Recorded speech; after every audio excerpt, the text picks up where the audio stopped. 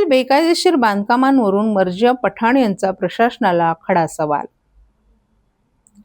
ठाण्यातील शिळफाटा येथील बेकायदेशीर गोदामांवर नुकत्याच झालेल्या कारवाईवर बोलताना नगरसेविका मर्जिया पठाण यांनी प्रशासनाच्या भूमिकेवर गंभीर प्रश्न उपस्थित केले आहेत. आम्ही बेकायदेशीर गोदामांवरील कारवाईचे स्वागतच करतो, परंतु ही कारवाई संपूर्ण ठाण्यात निष्पक्षपणे आणि भेदभाव न करता झाली पाहिजे, अशी त्यांनी स्पष्ट भूमिका मांडली आहे.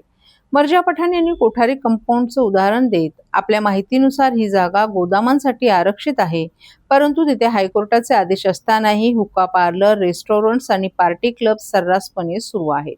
गोव्यातील पबमध्ये झालेल्या मोठ्या अपघातासारखी दुर्घटना इथेही घडू शकते. मग प्रशासन या हायरिस्क जागांवर कारवाई का करत नाही, असा प्रश्नही त्यांनी उपस्थित केलाय. प्रशासनाच्या ढिसाळ कारभारावर तीव्र संताप व्यक्त करत जेव्हा एखाद्या व्यापाराचं हक्काचं दुकान किंवा गोदाम तोडलं जातं, तेव्हा एका ठाणेकराचं आर्थिक नुकसान पाहून मनाला नक्कीच वेदना होतात. परंतु खरा प्रश्न हा आहे की जेव्हा बेकायदेशीर बांधकामं उभी राहतात तेव्हा प्रशासन झोपलेलं असतं का? पाडकामाच्या वेळी दाखवली जाणारी तत्परता जर बांधकाम सुरू असतानाच दाखवली तर सर्वसामान्य व्यापाऱ्यांचं हे आर्थिक नुकसान टळू शकेल. या संदर्भात आयुक्तांनी कोणत्याही भेदभावाशिवाय योग्य ती कारवाई करण्याचं आश्वासन दिल्याचंही मर्जिया पठाण यांनी सांगितलं. जो इलीगल गोडाउन्स है या इलीगल कंस्ट्रक्शंस है उसके ऊपर कारवाईला आपण वेलकम करते, पण निष्पक्ष राहून पूर्ण ठाण्याला कारवाई झाली पाहिजे. बरोबर. कोठारी कंपाऊंड सेक्टर 4 माझी माहितीप्रमाणे, correct me if I am wrong, पण तिथे गोडाऊनचं रिझर्वेशन दिलं गेलं आहे. पण तरी सुद्धा आपल्याला तिथे बघायला भेटतंय हुक्का पार्लर, रेस्टॉरंट्स, पार्टी क्लब्स खूप बनून गेलाय. आणि again correct me if I am wrong, पण तिथे हायकोर्टचा ऑर्डर पण आला होता तिथे कारवाई करायला. तर माझा फक्त तेवढाच प्रश्न होता की किती कारवाई तुम्ही तिथे केली. बरोबर. आय डोंट अपोज कारवाई, पण तिथे रिस्क नाही आहे का? आपण बघितलं गोवातला किती मोठा ऍक्सिडेंट झाला होता गोवाच्या पबला.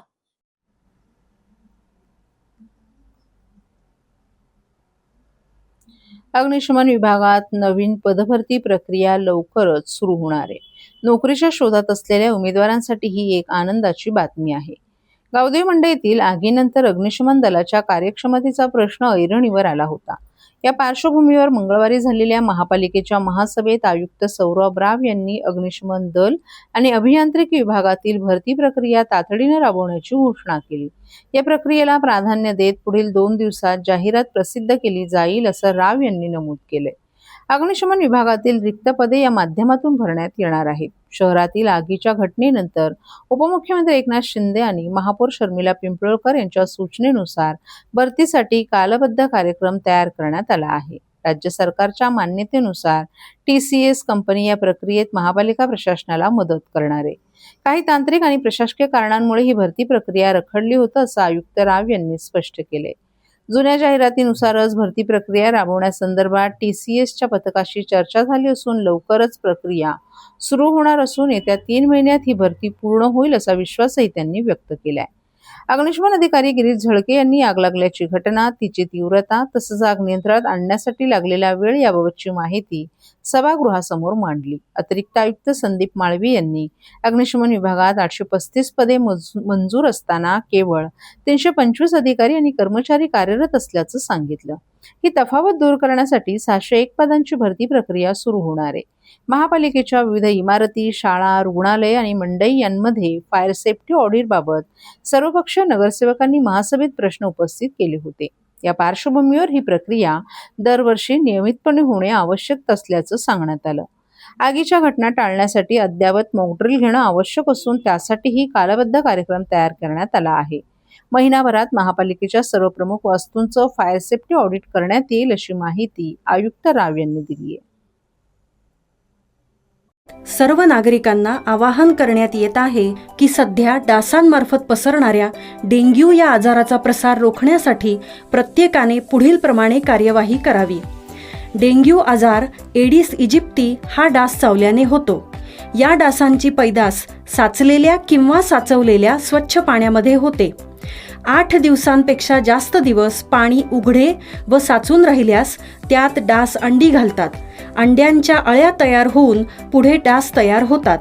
यासाठी आपल्या घरातील पाणी साठे, उदाहरणार्थ बॅरल्स, पिंपे, टाक्या, हौद, रांजणे इत्यादी दर आठवड्याला रिकामे करून घासून पुसून कोरडे करून पुन्हा भरावे.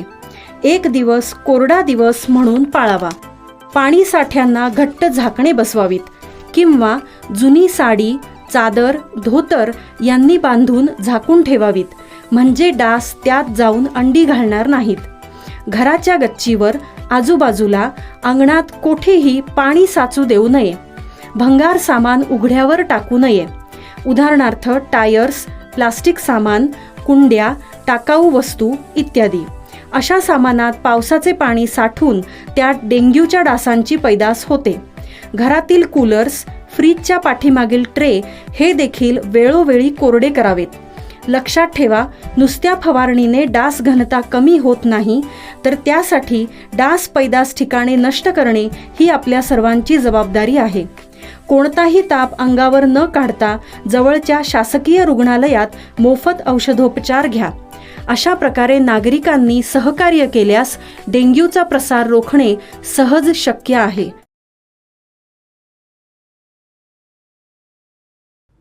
माय मराठी न्यूज चॅनलला वर्धापन दिनानिमित्त हार्दिक शुभेच्छा. शुभेच्छुक जितू पराड. माय मराठी न्यूज चॅनलला वर्धापन दिनानिमित्त हार्दिक शुभेच्छा अनिल करोतिया. माय मराठी न्यूज चॅनलला वर्धापन दिनानिमित्त हार्दिक शुभेच्छा चंदू गुजर.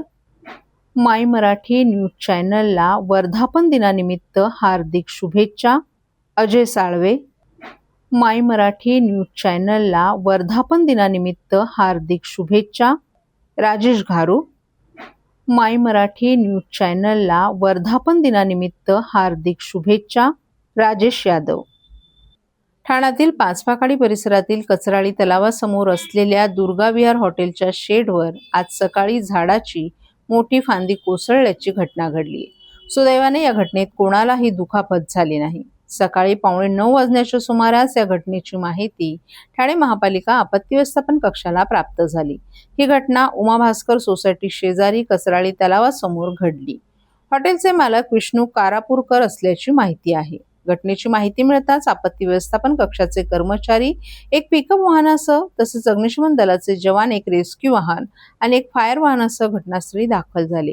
अग्निशमन दल आणि आपत्ती व्यवस्थापन कक्षाच्या कर्मचाऱ्यांनी हॉटेलच्या शेडवर पडलेली झाडाची मोठी फांदी कापून हटवण्याचं काम हाती घेतले. या घटनेमुळे परिसरात काही काळ नागरिकांची गर्दी झाली होती. मात्र कोणतीही जीवितहानी अथवा दुखापत झाली नसल्याने मोठा अनर्थ टळलाय. ठाण्यातील चरई परिसरात न्यू शर्मा डेअरी फार्मजवळ आज पहाटे रस्त्यालगत उभ्या असलेल्या 2 चारचाकी वाहनांवर झाड कोसळल्याची घटना घडली. सुदैवाने या घटनेत कोणालाही दुखापत झाली नाही. सकाळी 6:56 या घटनेची माहिती ठाणे महानगरपालिका आपत्ती व्यवस्थापन कक्षाला प्राप्त झाली. ही घटना गौतम सागर बिल्डिंग समोर चरई परिसरात घडली. या घटनेत एका मारुती सुझुकी वॅगनआरवर आणि RJ क्रमांकाची महिंद्रा थार या 2 वाहनांवर हे झाड कोसळलं. वाहन मालकांची ओळख अद्याप समोर आली नाही. या घटनेची माहिती मिळताच आपत्ती व्यवस्थापन कक्षाचे कर्मचारी पिकअप वाहनासह तसेच अग्निशमन दलाचे जवान, रेस्क्यू वाहन आणि फायर वाहनासह घटनास्थळी दाखल झाले. त्यांनी झाड कापून वाहनांवरील अडथळा दूर करण्याचं काम हाती घेतलं. या घटनेत कोणतीही जीवितहानी झाली नसली तरी दोन्ही वाहनांचं नुकसान झाल्याची प्राथमिक माहिती समोर आली आहे. नवी मुंबई आणि पुणे महानगरपालिकांमध्ये कंत्राटी कामगारांच्या हिताचे महत्त्वपूर्ण निर्णय घेण्यात आले असताना ठाणे महानगरपालिकेतील कंत्राटी कामगारांनाही समान न्याय मिळावा अशी मागणी कामगार एकजूट संघटनेचे नितीन मडके यांनी आंदोलन करत केली आहे. आम्ही ठाणे महापालिकेत 28 वर्षांपासून काम करत आहोत, तर आमच्यावर अन्याय का, तसंच योग्य तो न्याय न मिळाल्यास एकाही नगरसेवकाला पालिकेच्या बाहेर पडू देणार नाही असा इशाराच संघटनेच्या वतीनं देण्यात आला. गेल्या अनेक वर्षांपासून ठाणे, मुंब्रा आणि दिवा परिसरात विविध भागांमध्ये कार्यरत कंत्राटी कामगार महानगरपालिकेच्या सेवांचा महत्त्वाचा आधारस्तंभ ठरत आहेत. स्वच्छता, आरोग्य, पाणी पुरवठा, प्रशासन आणि इतर अनेक सेवांमध्ये हे कर्मचारी सातत्यानं काम करत असले तरी त्यांच्या वेतन आणि सुविधांच्या प्रश्नांकडे अपेक्षित गांभीर्यानं पाहिलं जात नसल्याची भावना कामगारांमध्ये आहे. 22 ऑगस्ट 2025 रोजी कंत्राटी कर्मचाऱ्यांनी आपल्या न्याय मागण्यांसाठी ठाणे महानगरपालिकेच्या गेटसमोर आंदोलन केलं होतं. त्यावेळी प्रशासनाकडून काही आश्वासनं देण्यात आली होती, मात्र त्याची प्रभावी अंमलबजावणी झाली नसल्याचा आरोप कामगारांकडून करण्यात येत आहे. दरम्यान नवी मुंबई महानगरपालिकेत कंत्राटी कामगारांना वेतनवाढीचा लाभ देण्यात आला असून पुणे महापालिकेत आरोग्य विमा आणि इतर कल्याणकारी सुविधा उपलब्ध करून देण्यात आल्या आहेत. त्यामुळे ठाणे महानगरपालिकेनेही कामगारांच्या मागण्यांचा सकारात्मक विचार करून त्यांच्या आर्थिक आणि सामाजिक सुरक्षेसाठी ठोस निर्णय घ्यावा अशी मागणी पुढे येते. दरम्यान कामगार एकजूट संघटनेचे अध्यक्ष नितीन मडके यांनी कंत्राटी कामगारांच्या वेतनवाढीबरोबरच आरोग्य विमा, नोकरीची सुरक्षा आणि इतर कायदेशीर हक्कांबाबत सातत्यानं पाठपुरावा सुरू असल्याचं सांगितलं. महानगरपालिकेच्या महासभेत या संदर्भात ठराव मांडून सर्वपक्षीय सहमतीने निर्णय घेण्यात यावा अशी त्यांची भूमिका आहे. कंत्राटी कामगारांच्या प्रश्नांवर लवकरात लवकर सकारात्मक निर्णय न झाल्यास भविष्यात व्यापक आंदोलन छेडण्यात येईल असा इशारा संघटनेच्या वतीनं देण्यात आलाय. मुख्यालयासमोर आपण आलेले आहात, नेमकं काय मागणी आहे? आमची एवढीच मागणी आहे, जर पुणे महानगरपालिकेत जर ठराव पास होऊन एकमताने कंत्राटी कामगारांना मेडिक्लेम इन्शुरन्स पॉलिसी देऊ शकतात. नवी मुंबईला सुद्धा आता बघितलं, गणेश नाईक साहेबांच्या म्हणण्यानुसार सर्व नगरसेवकांनी ठराव पास केला, त्यांना 7,500 पगार वाढ दिली. मग ठाणे महानगरपालिकेत जर आम्ही 28 वर्षापासून कामं करतो सर्व विभागांमध्ये, मग आमच्यावर अन्याय का? आणि आमच्यावर जर अन्याय होतोय तर अन्याय कोण करतोय? कोणाच्या सांगण्यावरनं केला जातोय? आम्हाला का न्याय दिला जात नाही? आम्ही मराठी माणसं नाही आहेत का? आम्ही या देशाचे नागरिक नाही आहेत का? तुम्ही आम्हाला गुलामीत का जगवायला दिले? आमचं पुढचं भविष्य काय? आज जर या पगारात आमचं सुद्धा काहीच होत नाहीये, पण आज मी एवढं सांगू शकतो का उद्या आमची पोरं आहे ना मर्डरी करतील, तलवारी घेऊन फिरतील, कारण त्यांना जर आम्ही शिक्षण दिलं नाही तर ते वाईट लाईनीला जातील, अशी परिस्थिती आमची करून ठेवले. आम्हालाही वाटतं आमच्या मुलाबाळांचं भविष्य उज्ज्वल व्हावं, पण पगार वेळेवर नाहीयेत, कुठल्या सोयी सुविधा नाहीयेत. ग्रॅज्युएटी सुद्धा पालिका सांगते अधिकारी आम्हाला ठेकेदारांना दिलेत, बरेचसे ठेकेदार गायब झालेले आहेत, बरेचसे ठेकेदार प्रॉपर्ट्या घेऊन ठेवल्यात, म्हणजे ते वाटून खाल्लेले. डायरेक्ट धमक्या देतात का नाही देणार, काय करायचे ते करा, सर्व आमचेच आहेत. म्हणजे ही पालिका ठेकेदार चालवते का अधिकारी चालवतात का प्रशासन चालवतंय?